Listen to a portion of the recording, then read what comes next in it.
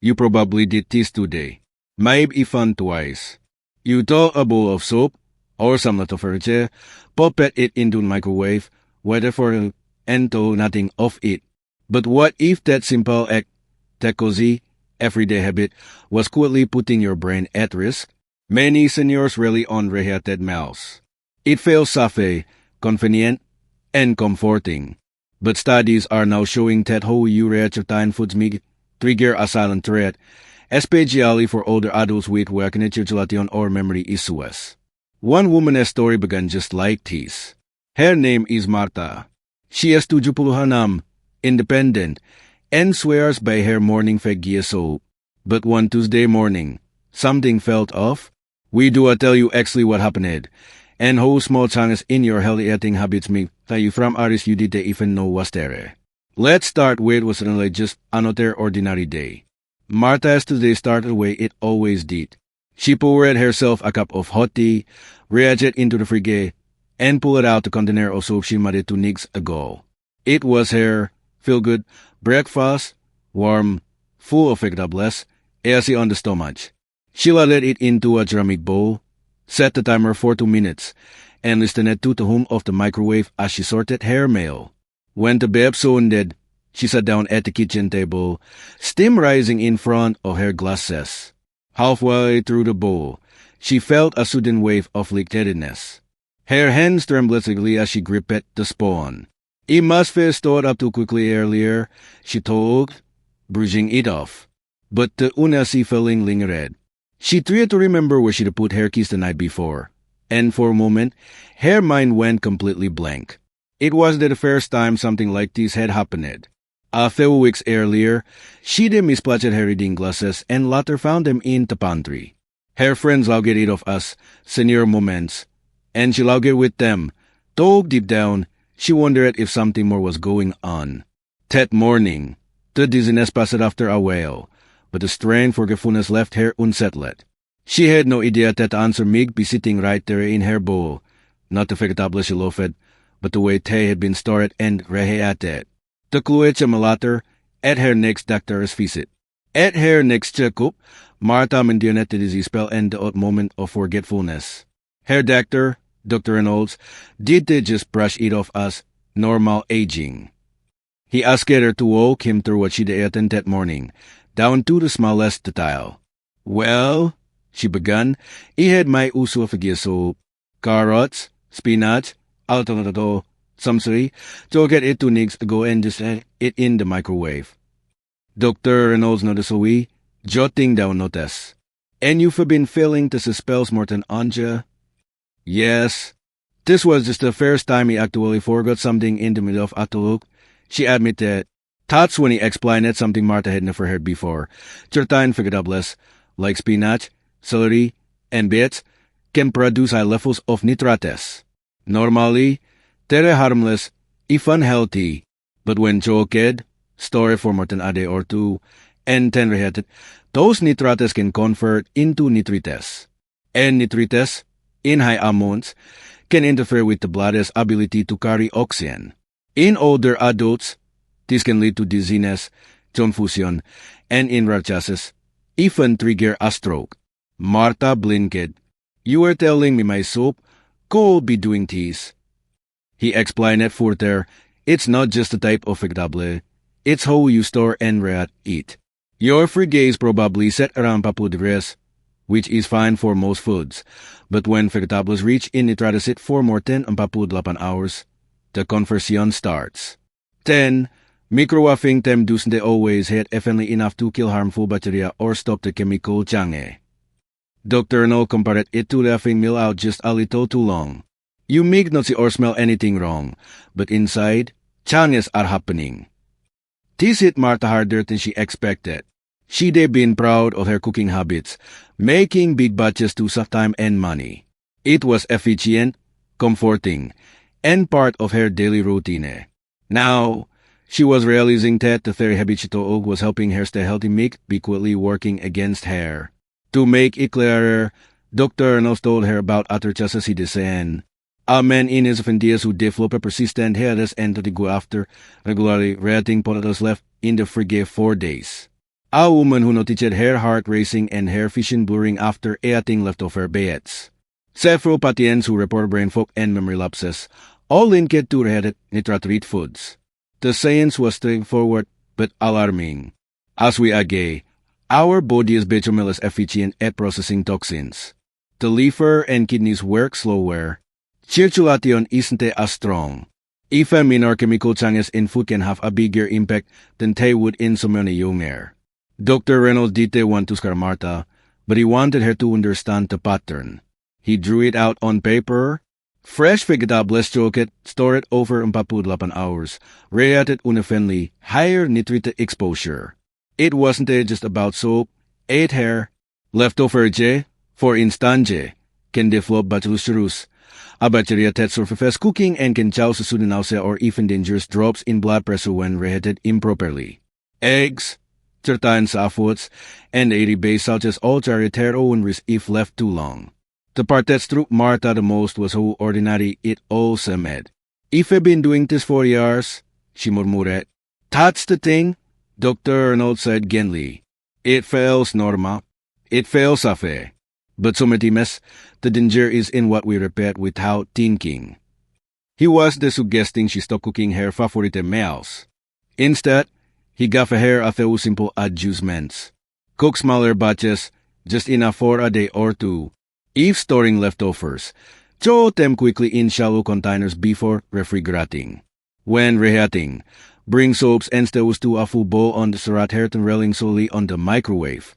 Avoid reheating spinach, celery, or beets at all. Eat them fresh or the same day they're cooked. As he spoke, Martha realized this wasn't just about one dizzy morning. It was about a lifetime of little habits, the honest she never questioned. And if she could make a few changes now, she made it not only protect her own health, but also set an example for her children and grandchildren. She left the clinic feeling both relieved and unsettled. Relieved that she had an answer. Unsettled by how close she made it have come to something far more serious. And somewhere in the back of her mind, she began replying all the morning she had read for that familiar container into frigate, never suspecting it could be part of the problem. Ted talked with her later that afternoon, as she stood in her kitchen, staring at the half-full container also sitting inside her refrigerator. Martha couldn't stop thinking about what Dr. Reynolds had told her. That night, she opened the frigate, pulled out the container of leftover soap, and stood there for a long moment.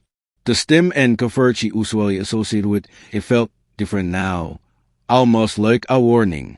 She remembered his words, so many mess, the danger is in what we repeat without thinking. The next morning, she decided to try something different. Instead of reheating the soap, she set a small pot on the stove and prepared a fresh breakfast. She slid half a banana over warm oatmeal, added a handful of walnuts, and drizzled just enough cinnamon to make it smell inviting. It took less than 10 minutes. It wasn't that she never made fresh food before, but she realized how often she reached for comfort over Latian. She talked of the little, senior moments she'd brushed off, and wondered how many could have been prevented with small changes. Later that week, she shared her experience with her friend Linda over coffee.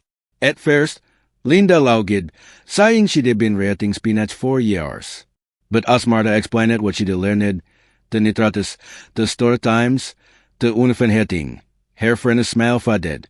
He had no idea, Linda admitted, and he do that all the time. They ended up making a no more reheating certain vegetables, no matter how tempting it may be to save time. They even swapped ideas for quick, fresh meals, things that felt just as comforting without the hidden risk. Martha found that these little changes did just make her feel safer. They made her more present in her daily routine. Cooking in smaller portions meant her kitchen always smelled fresh. Eating freshly prepared foods meant to give her more steady energy throughout the day.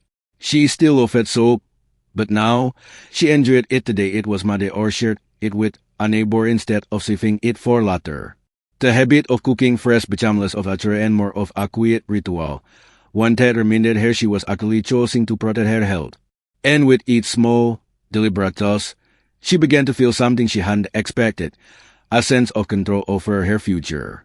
As the weeks passed, Martha's new routine began to feel such on nature. The microwave still sat in its usual spot, but she used it less and less. Instead, she kept fresh ingredients on hand. A basket of apples and pears on the counter, brioche and could toss into a salad, small bags of nuts and seeds in the pantry. She noticed something subtle but important. The dizzy spell stopped at the blank moments when she was track of her toilet pajama. She did want to jump to Chon's seance, but her body felt lichter, her mind clearer. One afternoon, her grandson Ethan stopped by after school. He wandered into the kitchen, expecting to see the familiar bowl of red soup. Instead, he found his grandmother stirring a pot of fresh stew on the stove. "This smells amazing," he said, poking in. "Did you just make this?" "Yes," she replied with a smile. "And you were having some before you go." Tay sat to get her at the table, talking about his science project. Martha realized she wasn't just feeding him, she was passing on something more important. By showing him the she put into her mouth, she was quietly teaching him about touches, about paying attention to what goes into his body. Later that night, she talked about how small changes had shifted her life. It wasn't about following complicated diets or chasing the latest superfood. It was about awareness. It was about knowing when a habit, even when you fail for jadis, may not be serving you anymore. Martha knows she can't control everything about aging, but she could control what she talked, how she stored her food, and how she shared it with the people she loved. Those such repeated day after day, felt like an investment in more than her own health. They were a gift to her family. And just like that, what started as a warning from her doctor had turned into a quiet, powerful commitment. To live each day with intention, to choose freshness over convenience, and to protect not just her own well-being, but the memories and moments yet to come.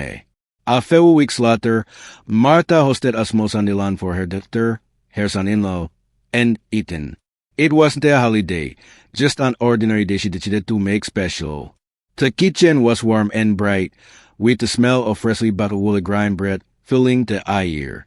On the stove, a pot of her chicken and a little sameret, muddied that morning from fresh carrots, zucchini, and herbs she picked up at the farmer's market. No reheating, no short shoots. When her daughter added the stove into bowls, she noted, "Mom, this tastes different, fresher." Martha smiled. "That's because it is. I've been changing a few things about how we cook." She explained it in simple terms, what Dr. Reynolds had told her, not to scare them, but to share what she had learned. Her doctor listened carefully. He had no idea about reheating those vegetables. "I'll be more careful." It wasn't a lecture, and it didn't need to be.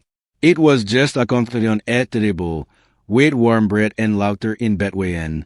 But Martha knew moments like this mattered. Passing along a lesson rapid in care was more powerful than any warning alone. After lunch, Ethan helped her wash the dishes. "Grandma, I think it's true how you cook everything fresh now. It's like you were taking care of us and yourself at the same time." His words stayed with her. That's actually what she wanted, not just to avoid harm, but to live in a way that so well loved through the little things. Martha began noticing at her changes in her daily life. She felt more energy in the mornings, enough to take longer walks in the park. Her focus while reading improved. Even her mood made lighter. She wasn't just feeding her body better, she was giving her mind and spirit a healthier space to thrive. One evening, she stood by the window, watching the sunset. The kitchen was quiet, except for the fine ticking of the clock. She thought about how easy it would have been to keep doing things the old way, to keep microwaving leftovers without a done talk. But Chang had brought her something unexpected, a deeper sense of control and piace. She knew not everyone would be ready to give up certain habits, but if even one person she cared about made a small change after hearing her story, it would be worth it. And my thoughts were true health begins, not in a single choice, but in the steadier rhythm of decisions we make every day. So now, she asks you, Though listening to her story, have you ever had something without thinking about it twice? Maybe today is the day you start making that little change. Not because you were told to, but because you deserve the clarity, the energy, and the extra days it may give you. If Martha's story has shown anything, it's that the smallest adjustments can lead to the biggest shifts in how we feel, and how long we get to share moments with the people we love. Changing how we store and react food isn't about perfection. It's about awareness. It's about choosing every day to protect both your health and your independence. You don't need a new appliance, an expensive plan, or complicated rules. You just need the willingness to pause and ask, is there a fresher, safer way to do this? Over time, that pause builds your message on nature, and those better to just add up. So, think about the meals waiting in your fridge right now. What would it look like to prepare them fresh, to share them today, to suffer them fully? Because the quality of our days is built on the choices we make in the quiet moments.